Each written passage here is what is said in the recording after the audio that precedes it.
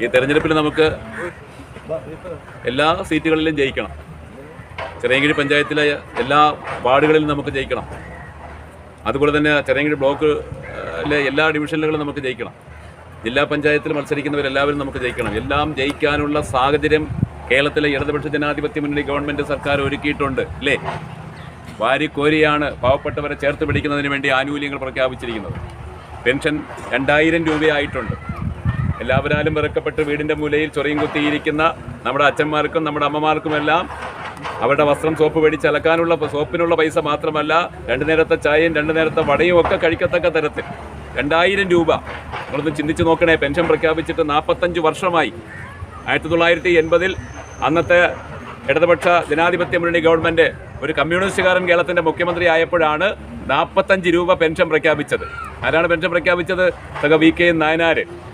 അന്ന് നിയമസഭയ്ക്കകത്ത് വളരെ വെല്ലുവിളി ഉയർത്തിയൊരു മനുഷ്യനുണ്ട്. ആ മനുഷ്യൻ്റെ പേര് കെ കരുണാകരൻ എന്നാണ്, കോൺഗ്രസിൻ്റെ നേതാവ്. നിയമസഭയിൽ എന്താ പറഞ്ഞത്? ഖജനാവിലെ പണം വാരി ഇങ്ങനെ ദൂർത്തടിക്കാൻ പാടില്ല.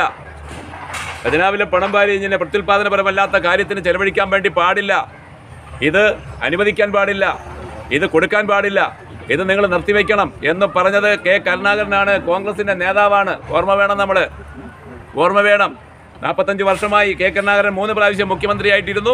എ കെ ആന്റണി 2 പ്രാവശ്യത്തിലധികം മുഖ്യമന്ത്രിയായിട്ടിരുന്നു. ഉമ്മൻചാണ്ടി 2 തവണയായി 6-7 വർഷം മുഖ്യമന്ത്രിയായിട്ടിരുന്നു. കൂട്ടിയോ? 6 തവണയിലധികം മുഖ്യമന്ത്രി കസേരയിലിരുന്നു. സർക്കാർ കേരളത്തിൽ അധികാരത്തിലിരുന്നു. ഇ കെ നായനാർ 45 രൂപയായിരുന്നത്. പിന്നെ വന്ന കരുണാകരൻ ഒരു പൈസ കൂട്ടിയില്ല. വീണ്ടും ഇ കെ നായനാർ വന്ന് 45 എന്നുള്ളത് 60ആയി. അതിനുശേഷം വീണ്ടും വന്ന് നായനാർ വന്ന് 120ആയി. 120 പിന്നെ 200ആയി. 200 പിന്നെ 300ആയി. 300 പിന്നെ 500ആക്കി. ഇതിനിടയ്ക്ക് കേരളം ഭരിച്ച ഒരൊറ്റ UDF-ന്റെ മുഖ്യമന്ത്രിമാർ ഒരു ചില്ലി പൈസ കൂട്ടിയിട്ടില്ല. അതിനുശേഷം സഖ വി എസ് ഗവൺമെൻറ് അധികാരത്തിൽ വന്നു. ഗവൺമെൻറ് അധികാരത്തിൽ വന്ന് 500 രൂപയായി ഉയർത്തി അധികാരം വിട്ടുപോകുന്നു. 2011-ൽ മിസ്റ്റർ ഉമ്മൻചാണ്ടി അധികാരത്തിൽ വന്നു. 2011 മുതൽ 2016 വരെ മിസ്റ്റർ ഉമ്മൻചാണ്ടി ഭരിക്കുമ്പോൾ 500 രൂപയുണ്ടായിരുന്ന പെൻഷനിൽ ഒരു 100 രൂപ വർദ്ധിപ്പിച്ചു. 45 വർഷത്തിനുള്ളിൽ 10-25 വർഷത്തോളം ഭരിച്ചത് കോൺഗ്രസ് ആണ്. ആ കോൺഗ്രസിന്റെ കാലത്ത് കൂട്ടിയത് വെറും 100 രൂപ. ആ 100 രൂപ കൂട്ടിയിട്ടാണ് 18 മാസത്തെ മുടക്കമിട്ടുകൊണ്ട് പോയത്. ഓർമ്മ വേണം നിങ്ങൾക്ക്. നമ്മുടെ എല്ലാ വീടുകളിൽ ഒന്നിലധികം ആളുകൾ പെൻഷൻ മേടിക്കുന്നവരുണ്ടാവാം.